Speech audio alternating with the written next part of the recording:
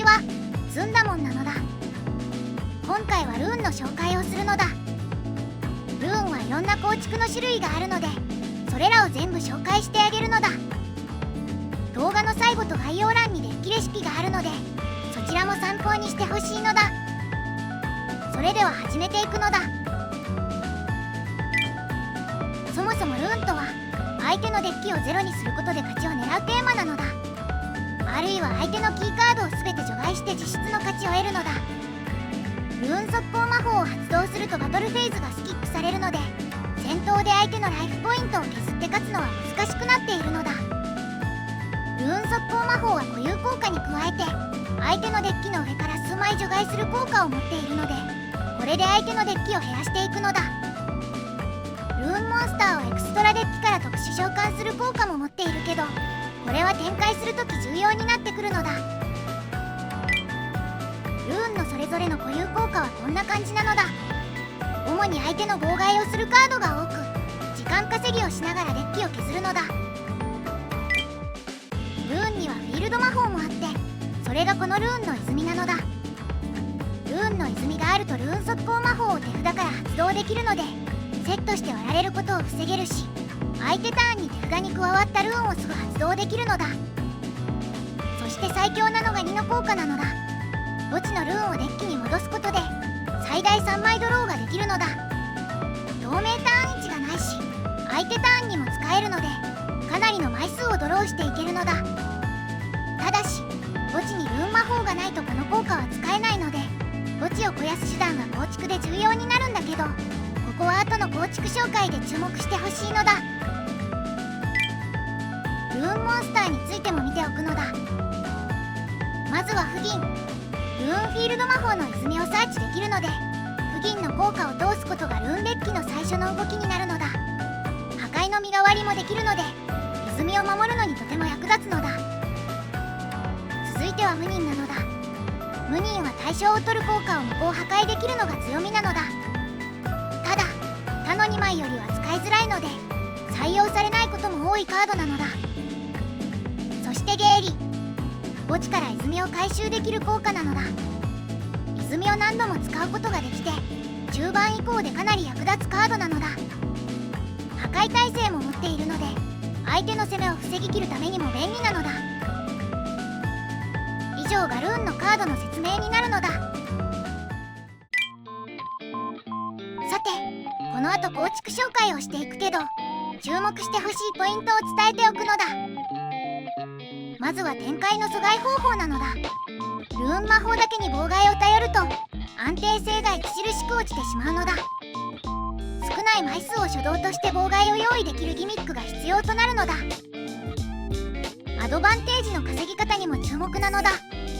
ルーン魔法でデッキを削るには、当然ルーン魔法を手札に供給し続ける必要があるのだ。その手段としてどのようにドローを進めていくのか注目なのだ。そしてエクストラモンスターゾーンのモンスターのどかし方も大事なのだ。ルーンモンスターは同盟ターン位置のない強力な効果を持っており、できれば何度も特殊召喚したいカードなのだ。そのためにはすでにいるルーンモンスターを一旦どかす必要があるのだ。どうやってどかすかに注目なのだ。それではいよいよ本編なのだ。最初に紹介するのがオルフェボール型なのだ。オルフェボールは墓地効果を持ったモンスターが多いのだ。例えばリベルは墓地から除外することでリブルートができるのだ。手札に引いたオルフェボールを無銀効果のコストで墓地に送り、オルフェボールギミックの展開につなげられるわけなのだ。そして展開で出したいのがこのリンギルスなのだ。リンギルスは特殊召喚時除去効果や身代わり効果を持つのだ。対象耐性を持った相手にも有効な除去はルーンでは貴重だし、身代わり効果も泉を守るのに優秀なのだ。具体的な展開例を一つ紹介するのだ。リベルとルーン魔法が手札にある状況なのだ。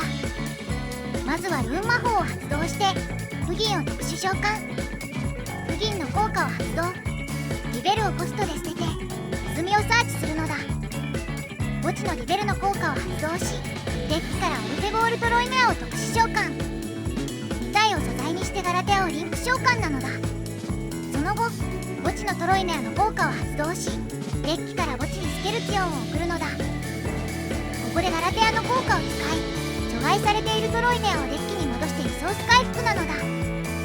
ガラテアの上に重ねることでギンギルスをエクシーズ召喚、除外されているリベルを素材に吸収。ここまでが基本展開なのだ。泉とギンギルスを構えつつリソースも確保できているのだ。オルフェボール型のメリットは、ギンギルスでの除去や防御、レベル4を生かした強力なエクシーズ、リソースの安定的確保による耐久性能の高さなのだ。一方で墓地肥やし手段がないことはデメリットなのだ。さっきも触れたけど、泉の効果を使うには墓地にルーン魔法が溜まっている必要があるのだ。この方では名推理とモンスターゲート、いわゆる推理ゲートしか墓地肥やしができないのだ。安定的に泉の効果でドローするために大きな欠点になるのだ。またギンギルス自体は妨害効果を持っていないのも欠点なのだ。オルフェボール型で相手ターンに妨害をするには、ランク4を使うカルーン魔法を発動するかしかなく、他の方より妨害の手数は少ないと言えるのだ。続いて紹介するのは魔法神型なのだ。ヘルベラルは手札から墓地へ捨てられた時、墓地から自己蘇生できる効果なのだ。オルフェボール型同様にフリンの効果と組み合わせて使うのだ。チューナーなのがポイントで、シンプロ召喚によって展開を進めるのだ。採用しているもう1枚の魔法神モンスターがこのアバンクなのだ。このカードは守備力600なのがポイントで、Vキューピットでサーチして展開に関わるのだ。それでは展開例の紹介なのだ。ヘルベラルとルーン魔法からの展開なのだ。まずはルーン魔法を発動してフギンを特殊召喚。フギンの効果を発動。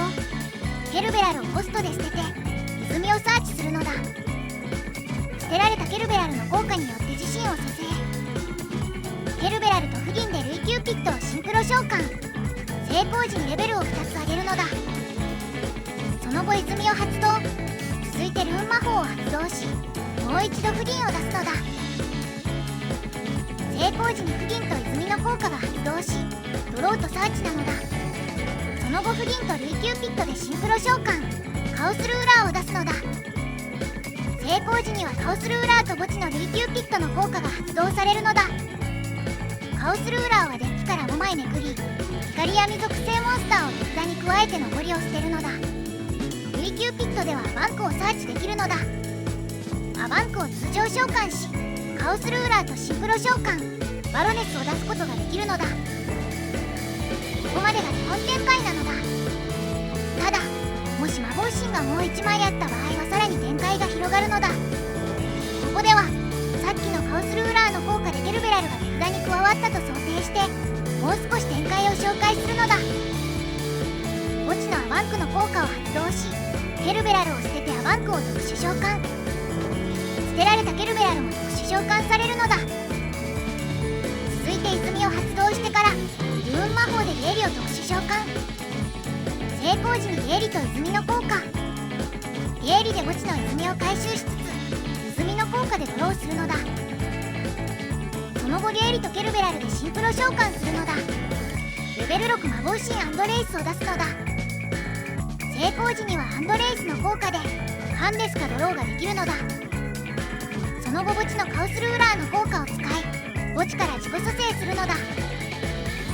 カオスルーラーとアバンクでシンクロ召喚。レベル10の照英を出せるのだ。見ての通り強力な盤面が作れるのだ。魔法神型のメリットはその展開力なのだ。カオスルーラーによって独立して墓地肥やしもでき、推理ゲートには依存していないのだ。デメリットなのは増殖する G の受けなのだ。魔法神ケルベラルの蘇生は強制効果なので、ソージーの下では相手にドローされやすくなってしまうのだ。3番目に召喚獣型の紹介をするのだ。召喚士は A スターで融合魔法をサーチし、召喚獣を出して妨害するのだ。アレイスターはレベル4なのでエクシーズにも活用できるのだ。融合で出す召喚獣はカリギュラなのだ。モンスター効果と攻撃を縛る強力な拘束ができ、かなり時間を稼ぐことができるのだ。レイスターとルーン魔法からの展開なのだ。アレイスター召喚から召喚魔術をサーチ。ルーン魔法を発動してゲイリを特殊召喚なのだ。アレイスターのゲイリの2体でデュガレスをエクシーズ召喚。デュガレスの効果を発動し2枚ドローして1枚を捨てるのだ。さらに召喚魔術を発動。墓地のアレイスターとゲイリでカリギュラを融合召喚するのだ。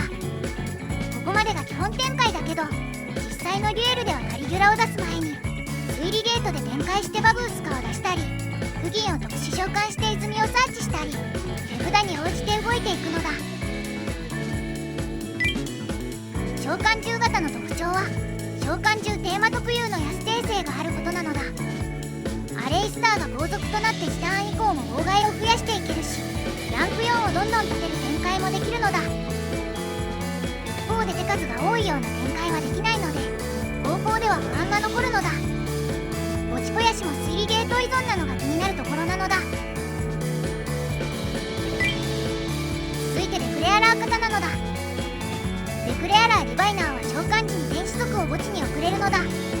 ドライとロンで知っている人も多いと思うけど、ここではアークでクレアラーを落としてその効果で儀式モンスターをサーチすることができるのだ。サーチするのはサウラビスなのだ。このカードは手札誘発の儀式モンスターで対象を取る効果を無効にできるのだ。このカードで自分のカードを防御する先行がデクレアラー型なのだ。さらに電子族が多いのを生かしてバーミリオンでクレアラーも採用できるのだ。モンスターを無効破壊できる手札誘発は極めて強いのだ。さらにはこのバーデクの展開に利用できてそこがうまくかみ合っているのだ。まずはディバイナーとルーン速攻魔法の展開なのだ。ディバイナーを召喚して効果を発動。アークでクレアラーを落としてその効果でサウラビスをサーチなのだ。続いてルーン魔法を発動しフギンを特殊召喚。フギン効果で泉をサーチ。フギンとディバイナーでカオスルーラーをシンクロ召喚なのだ。そしてカオスルーラー効果で持ち肥やしをするのだ。ここで天使族がめくれれば手札が増えるし、ディーバが落ちればサーチもできるのだ。これはディバイナー初動の動きだったけど、もしイーバとルーン魔法のような手札でもフギン効果のコストでイーバを墓地に送り、イーバ効果でディバイナーをサーチすれば同じ動きにつなげられるのだ。